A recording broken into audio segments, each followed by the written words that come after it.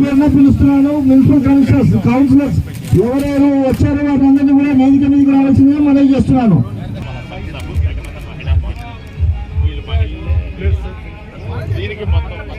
దీనిలోనే ఈ బిల్డింగ్ ప్రక్కనే కడతాం.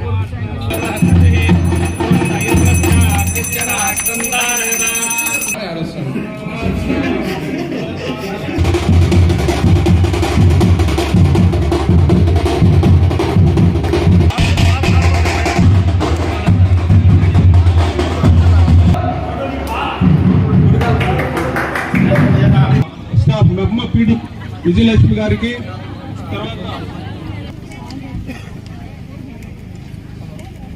ఒక్కొక్క ఆస్తి విలువ 12 లక్షల రూపాయలు. మరి 12 లక్షల రూపాయల ఆస్తిని అక్కా చెల్లెమ్మలకి బహుమతిగా అందజేస్తున్న ముఖ్యమంత్రి గారు ఎవరైనా ఉన్నారు అంటే అది మన ముఖ్యమంత్రి జగన్మోహన్ రెడ్డి గారని మీ అందరికీ తెలియజేసుకుంటున్నా. మరి ఇంత ఆస్తిని మనకి ఉచితంగా ఇస్తూ, అలాగే ఇదే ప్రాంగణంలో 365 చదరపు అడుగుల గృహాలు, 430 చదరపు అడుగుల గృహాలు కూడా, డబుల్ బెడ్రూమ్, సింగిల్ బెడ్రూమ్ రెండు ఉన్నవాళ్ళు కూడా ఉన్నారు. మరి గత ప్రభుత్వంలో అయితే మరి ఈ యొక్క 430 చదరపు అడుగులకైతే ₹1,00,000 కట్టవలసి వస్తే దాన్ని 50,000కి, 50 బి కేటగిరీ తాలూకా గృహానికి 50,000 అయితే దాన్ని 25,000కి చేసి కలిసి 8.5 లక్షల ఆస్తి. మళ్ళీ దానికి కూడా 20 గజాల అన్డివైడెడ్ షేరు, అలాగే ఇన్ఫ్రాస్ట్రక్చరు వగైరా అన్ని కలుపుకొని ఒక్కొక్కరికి 20 లక్షల ఆస్తి. మీరు ఎంత కట్టారు? యావరేజ్న 4 లక్షలు. అంటే ఆ అక్కా చెల్లెమ్మలు కూడా గుర్తుంచుకోవాల్సినది, మీకు కూడా 15 లక్షల ఆస్తిని ఉచితంగా అందజేస్తున్న ముఖ్యమంత్రి గారు మన జగన్మోహన్ రెడ్డి గారు అని మీ అందరికీ తెలియజేసుకుంటున్నా. మరి ఈ రోజు మీరందరూ గమనించుకుంటే ఈ యొక్క ప్రాంగణంలో మనం మొత్తం గమనించుకుంటే ప్రతి ఒక్క 300 చదరపు అడుగుల గృహిణులందరూ కూడా అక్క చెల్లెమ్మలు ఈ ఫేజ్ 1 కంప్లీట్ చేస్తే 1664 గృహాలు మీకు ఉచితంగా చెందుతాయి. అలాగే 365 256 డబుల్ బెడ్రూమ్ 384 2304 ఇవన్నీ కూడా ఇప్పుడు మొదటి దశ కింద 1024 గృహాలు అందరికీ. ఈరోజు మీకు ప్రాంగణానికి వచ్చేటప్పుడు మీ ఆస్తి విలువ ఎంత అని ఎవరైనా అడిగితే మీ దగ్గర ఏం సమాధానం ఉందో లేదో నాకైతే తెలియదు, కానీ మీరు ఈ ప్రాంగణం నుంచి డాక్యుమెంట్ తీసుకెళ్లిన ప్రతి అక్క చెల్లెమ్మ 15 లక్షల ఆస్తికి నేను వారసులని గర్వంగా చెప్పుకోవచ్చని మీకు ఈ సందర్భంగా తెలియజేస్తున్నా. మరి ఈ యొక్క దీంతో పాటు మరి ఇక్కడ వరకు వచ్చిన తర్వాత చాలా మంది అక్క చెల్లెమ్మలు ఈటీతో దూరం వచ్చాం, ఇక్కడ మాకు పప్పులు కొనుక్కోవడానికి కానీ, బియ్యం కొనుక్కోవడానికి కానీ, ఉప్పు కొనుక్కోవడానికి కానీ, సబ్బులు షాంపూలు కొనుక్కోవడానికి మేము ఎక్కడి వరకు వెళ్ళాలి? అందరికీ ఈ ప్రశ్న వచ్చింది కదమ్మా.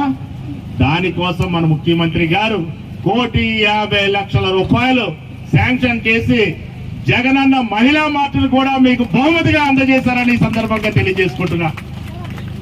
మరి దానిలో కూడా సుమారుగా 10 మంది మహిళలు మీరు ఇక్కడ ఉండే వాళ్ళకే ఉద్యోగాలు కూడా అందులో ఏర్పాటు చేస్తూ మీ చేతే స్వయంగా అది నిర్వహించబడుతుంటది. మరి ఈ ఊర్లో నాకు రిలయన్స్ మార్ట్లు, డి మార్ట్లు ఉన్నాయో లేదో నాకు తెలియదు, కానీ ఉంటే సాధారణంగా మన చిన్న షాపుల మీద వాళ్ళ దగ్గర తక్కువ ఖరీదుకు వస్తాయని మన అక్క చెల్లెములందరూ వెళ్ళడం రివాజే కదమ్మా.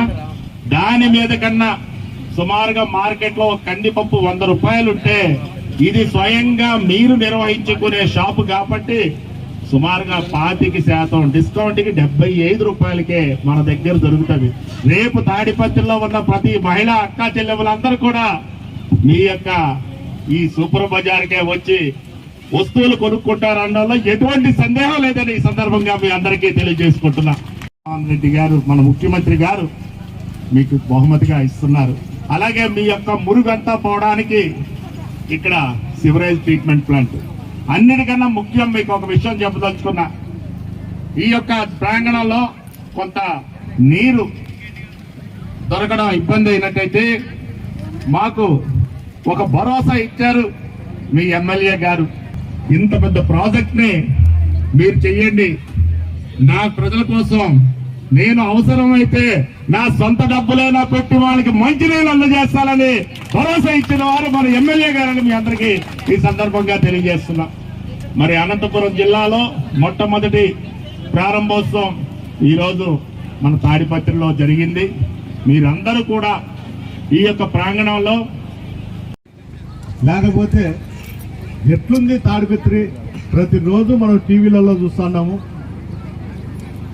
ఆ విధంగానే తాడిపత్రి ఉందా లేకపోతే ఇక్కడ ప్రజలు ఎట్లుంటారు అనేది ఆయన ప్రొద్దున్నుంటి తాడిపత్రిలోకి వచ్చి చాలా మందిని కలిసి మాట్లాడడం కూడా జరిగింది. అంటే ఈ రాష్ట్రంలో మనము ఒక భాగం అనుకుంటారో లేకపోతే ఏమిటో నాకు తెలియదు, కానీ నాకు ఈ మధ్య కాలంలో జిల్లా అధికారి కూడా చెప్పింది, మీ తాడిపత్రిని ఇక్కడ నుంచి పక్కకి తీసేసుకోండి అని. అంటే మనం ఏం మనుషులం కాదా అనేది నా అభిప్రాయం. అంటే ఇక్కడ కొంతమంది ఉండే వ్యక్తుల వలన లేకపోతే ఏ విధంగానో ఒక భావన అనేది రాజకీయాల్లో కానీ అధికారులలో కానీ ఒక భావన ఏర్పడింది. ఇక్కడికి వచ్చిన తర్వాత ఇక్కడ ఉన్నటువంటి వాతావరణం ఇక్కడ ఉండే ప్రజలను చూసిన తర్వాత ఏమీ లేదే, ఇంత ప్రశాంతమైనటువంటి తాడిపత్రిని ఎందుకు ఇంత అపోగా సృష్టిస్తారు టీవీలలో, మీడియాలలో, పేపర్లలో ఎక్కడ పోయినా కూడా ఈ వాతావరణం ఉంది అని చెప్తున్నారు. కానీ ముఖ్యంగా మన జగనన్న ముఖ్యమంత్రి అయిన తర్వాత జగన్మోహన్ రెడ్డి గారి ఆశీస్సులతో తాడిపత్రిని ఒక మంచి వాతావరణంలోకి ఇక్కడ ఉన్నటువంటి అధికారులు కావచ్చు, రాజకీయ నాయకులు కావచ్చు, వైఎస్ఆర్సీపీ కార్యకర్తల నాయకులు కానీ ఇక్కడ ప్రజలు కానీ అండదండలతో ప్రశాంతంగా ఉంది. ఈ ప్రశాంతత అనేది ఎప్పటికి కూడా ఈ జిల్లాలో ఒక మార్పు ఉండాలనేది నా అభిప్రాయం. అంటే ఒకప్పుడు తాడిపత్రి వేరు, ఈ రోజు ఉండే తాడిపత్రి వేరు అనేది మీ అందరి చేతుల్లో ఉంది. ఎందుకు చెప్తున్నా అంటే ఇది నేను ప్రతిపక్షంలో ఉన్నప్పుడు ఇక్కడ వచ్చినప్పుడు నా మీద అనేక కేసులు పెట్టేవాళ్ళు. ఎవరన్నా కార్యకర్తలు ఇబ్బంది పడితే పోలీస్ స్టేషన్కి పోతే ఏంటి ధర్నా చేసినామని కేసులు, నానా కేసులు పెట్టేవాళ్ళు. ఈరోజు ఆ పరిస్థితి లేదు. ఎవరు కూడా ధర్నాలు చేయలే, స్ట్రైకులు చేయలే, ఏ షాపులు మూతేయడంలే, ఎక్కడలే. మంచి వాతావరణం. జగన్మోహన్ రెడ్డి గారు పాదయాత్ర చేసినప్పుడు ఆయన పేద ప్రజలు కోరిక మేరకు నవరత్నాల్లో భాగంగా మనకు అన్ని కూడా చేయుత, అమ్మఒడి, విద్యా దీవెన, వసతి దీవెన అన్ని స్కీములు మనకిచ్చి ప్రతి కుటుంబంలో ఉన్నటువంటి మహిళలకు పెద్దపీట ఇస్తారు. ఏ రాష్ట్రంలో జరిగినటువంటి సంక్షేమ పథకాలు మన రాష్ట్రంలో జరుగుతుంది. అంటే ఒక్కసారి ఆలోచన చేయండి. సచివాలయ వ్యవస్థలు కానీ, ఆరోగ్యానికి హెల్త్ సెంటర్లు కానీ, రైతు భరోసా కేంద్రాలు కానీ, ఈరోజు జగనన్న కాలనీలు కానీ, టిట్కో ఇండ్లు కానీ అందరికి కూడా ఇవ్వగలుగుతాం. ప్రతి ఒక్కరూ ఆలోచన చేయండి. నిదానంగా ఇక్కడ ఉన్నటువంటి 3000 గృహాలు కూడా మీకు అందరికీ త్వరలోనే అందిస్తామని కూడా ఈ సభామూలకంగా మీకు అందరికీ తెలియజేస్తాం. కొన్ని అనువాద కారణాల వల్ల ఇది ఆలస్యం జరుగుతుంది తప్ప ఏరేదేం లేదు. ఎందుకు చెప్తున్నా అంటే ఇక్కడ ఈ ప్రాంతంలో మీకు అందరికీ తెలుసు, కాంట్రాక్టర్లను బెదిరిస్తారు. ఏంటివన్నా సామాన్లు వేసిపోతే తీసుకుపోతారు, మళ్ళా అది తీసుకొచ్చి వేసుకోవాలంటే కాంట్రాక్టర్కి ఎంత ఇబ్బంది. అందుకే నేను ఈరోజు ఓపెన్ చేసిన 10 ఇళ్ళు 5 ఇళ్లలో కూడా అక్కడ ఉండేటువంటి వాళ్ళకు చెప్పిన, అమ్మా మీరు ఎంత తొందరగా మీరు ఇళ్లలో చేరుకుంటే మీ వస్తువులు భద్రంగా ఉంటాయి, జగనన్న ఇచ్చిన దానికి ఒక ప్రయోజనం ఉంటుంది అని అందరికి కూడా చెప్పడం జరుగుతుంది. కల్లా ఇక్కడ ఉండేటువంటి 1084 మందికి ఇస్తాము. మిగతా వాళ్ళకు కూడా టిట్కో ఇండ్లు అందరికి కూడా ఖచ్చితంగా ఇస్తామని కూడా ఈ సభామూలకంగా నేను మీకు అందరికీ తెలియజేస్తున్నాను. ఎందుకంటే గత 30 సంవత్సరాల నుండి తాడిపత్రిలో ఎన్ని పట్టాలు ఇచ్చినారో నాకు తెలియదు, కానీ నేను వచ్చిన తర్వాత రూరల్లో కానీ టౌన్లో కానీ 6000 పట్టాలు నేను ప్రతి మహిళకు కూడా జగనన్న ఆశీస్సులతో పట్టాలు ఇవ్వగలిగిన. ఈరోజు జగనన్న ముఖ్యమంత్రి అయి ఉన్నాడు కాబట్టి, మీరందరూ నన్ను ఎమ్మెల్యేగా ఎన్నుకున్నారు కాబట్టి నేను ఇక్కడ మీకు అందరికి కూడా సాయం చేయగలిగిన.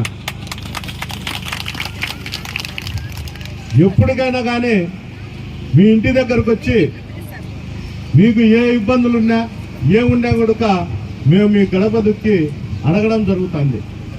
ఏంటివన్నా స్కీములు వస్తున్నాయా రాలేదా, రాకపోతే ఏంటి వల్ల రావడం లేదు అని సచివాలయం సిబ్బందిని మీ ఇంటి దగ్గర తీసుకొచ్చి వాళ్ళతో అడిగించి వాళ్ళతోనే మీకు జవాబు చెప్పడం జరుగుతుంది. గతంలో ఎప్పుడైనా కానీ మీ ఇంటి దగ్గరికి ఏ ఎమ్మెల్యే కానీ ఏ రాజకీయ నాయకుడు కానీ మీ ఇళ్ళ దగ్గరికి వచ్చిన పాపాన కూడా లేదు. ఈరోజు మీ ఇళ్ళ దగ్గరికి రాజకీయ నాయకులు వస్తున్నారంటే మీ ఇళ్ళ దగ్గరికి వచ్చి అడుగుతారంటే అది జగనన్న పుణ్యమే అని కూడా నేను ఈ సందర్భంగా మీకు అందరికీ తెలియజేస్తాను. అప్పుడంతా తాడిపత్రి నియోజకవర్గంలో ఎవరున్నారో ఇక్కడ నాయకుడు రాజకీయంగా అంటే జేసీ బ్రదర్స్ అని మాత్రమే చెప్పేవాళ్ళు. ఈ రోజు ఆ పరిస్థితి నుండి ఇక్కడ చాలా మంది నాయకులు ఉన్నారు. ప్రతి ఇంటికి కూడా వాళ్ళే యజమానులు, వాళ్ళే కాన్ఫరెన్స్ లో లీడర్లు. ప్రతి ఒక్కరు కూడా ఒక జగనన్న గానీ ఫీల్ కావాల తప్ప ఎవరే కానీ కార్యకర్త కానీ నాయకులుగా ఓటర్లుగా ఎవరు కూడా ఫీల్ కాకూడదు. ఆ పరిస్థితి ఈ రోజు నేను తాడిపత్రిలో తీసుకొచ్చిన అని గర్వంగా నేను చెప్పగలుగుతాను. ఎక్కడున్నా కూడా అధికారులు తాడిపత్రి రావాలంటే గతంలో భయపడేవాళ్ళు. ఇక్కడికి వచ్చే యాడ మేము ఇక్కడ ఉద్యోగాలు చేయాలా ఇబ్బందికరమైన పరిస్థితి. ఈ రోజు క్యూ కడుతున్నారు. మేము వస్తా ఉన్నాం, మా పేరు చెప్పండి, మాకు ఇక్కడ స్వేచ్ఛ ఉంది, జిల్లాలో ఎక్కడ లేకపోయినా తాడిపత్రిలో మాకు స్వేచ్ఛ ఉందని అధికారులంతా వచ్చి కూడా మనతోనే అడిగి పోస్టింగ్లు వేయించుకుంటారు. ఇంత స్వేచ్ఛ ఉండే కాన్స్టిట్యున్సీ ఈ జిల్లాలో ఎక్కడా లేదని కూడా ఈ సందర్భంగా మీకు అందరికి కూడా తెలియజేస్తాను. అందరికి కూడా నేను ఒకటే విన్నవించేది, ఇంకా 2 నెలల్లో ఎలక్షన్ రాబోతుంది. ఎవరు మంచోళ్ళు ఎవరు చెడ్డోళ్ళు అని ఆలోచన చేసే శక్తి మీకు అందరికీ దేవుడు ఇచ్చాడు. మీరు ఒకసారి ఆలోచన చేయండి. ఈ ప్రభుత్వం వచ్చినాక సంక్షేమ పథకాలు ఏమొచ్చినాయి, అభివృద్ధి కార్యక్రమాలు ఏం జరిగినాయి, ఎవరు ఏం చేశారని ఒక్కసారి మీరు అందరూ కూడా ఆలోచన చేయాల్సిన పరిస్థితి కూడా ఆసన్నమైంది. ఒకసారి ఆలోచన చేయండి. ఇన్ని సంక్షేమ పథకాలు, ఇన్ని కాలనీలు, ఇన్ని ఇళ్ళు. గతంలో కాన్ఫరెన్స్ కు 100 ఇళ్ళు ఇస్తే నాయకులను ఎత్తుక్కొని 2-3 ఇళ్ళు ఇచ్చేవాళ్ళు. అయ్యా ఇద్దో మీ మండలంలో 20 ఇచ్చినాయి, మీరు ఎవరికి చెప్తే వాళ్ళకి ఇస్తా అంటే వాళ్ళు జీప్ డ్రైవర్లకో కార్ డ్రైవర్లకో లేకపోతే వాళ్ళ ఇంట్లో అది లేదు. కులం చూడలే, మతం చూడలే, పార్టీలు చూడలే, ఏమీ చూడలే. ప్రతి ఒక్కరికి కూడా అర్హత ఉన్నటువంటి ప్రతి ఒక్కరికి కూడా సంక్షేమ పథకాలు ఇస్తారు. దానికి తోడు కూడా హౌసింగ్ కూడా ఇచ్చినాం. ఈ ఆర్డిటి కాలనీలో మీరు నివసిస్తున్న ఈ ప్రదేశంలో సెంటు 10 లక్షల రూపాయలు ఉంది. అంటే 10 లక్షల రూపాయలు పెట్టి మనం కొనాలంటే ఎంత ఇబ్బందికరమైన పరిస్థితి ఉంటుందో అందరూ మీరు ఒకసారి ఆలోచించారు. నేనేంటంటే గ్రామీణ ప్రాంతం నుండి వచ్చినా కాబట్టి ఆ పరిస్థితులు నాకు పూర్తిగా నాకు తెలుసు. ఏ విధంగా ఉంటుంది, ఒక పూట గడవని ప్రజలు కొడుకుంటారు, వ్యక్తులు కొడుకుంటారు. వాళ్ళు ఇల్లు కావాలంటే ఎంత ఇబ్బంది పడాల్సిన పరిస్థితి వస్తుందో ఒక్కసారి ఆలోచన చేయండి. జగనన్న ఒకటే చెప్పినాడు, ప్రతి మీటింగ్ లో కూడా చెప్పగలిగినాడు, నేను మీకు మేలు చేసింటే నాకు ఓటేయండి, లేకపోతే లేదని.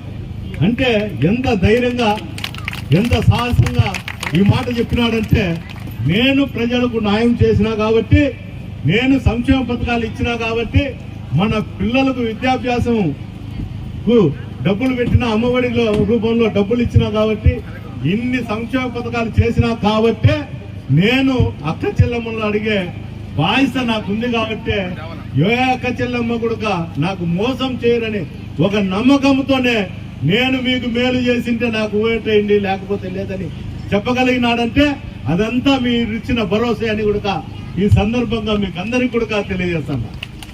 ప్రతి ఒక్కరూ ఆలోచన చేయండి. అందరికీ తెలుసు ఈ తాడిపత్రిలో ఏం జరుగుతుంది, ఏం కథ అనేది. మేము వచ్చిన తర్వాత అసాంఘిక కార్యక్రమాలకు జూదాలు లేవు, మటకాలు లేవు, ఏమి లేవు. అవి ఎవరన్నా ఉన్నారంటే వాళ్ళ ఇంటి దగ్గర ఉండే వాళ్ళే చేస్తారు. దౌర్జన్యాలు చేసినా ఏం చేసినా ఈ రోజు కూడా అదే పరిస్థితిలో కొనసాగుతాను. దయచేసి మిమ్మల్ని అందరినీ చేతులెత్తి ముక్కుతున్నా, మరోసారి జగన్మోహన్ రెడ్డి నాయకత్వాన్ని, ఇక్కడ ఉండేటువంటి ఎమ్మెల్యేని మళ్ళా తిరిగి మీ ఆశీస్సులు ఉండాలని కోరుకుంటూ ఇక్కడికి వచ్చినటువంటి ప్రతి ఒక్కరికి కూడా నమస్కారం చేస్తూ సెలవు తీసుకుంటున్నాను.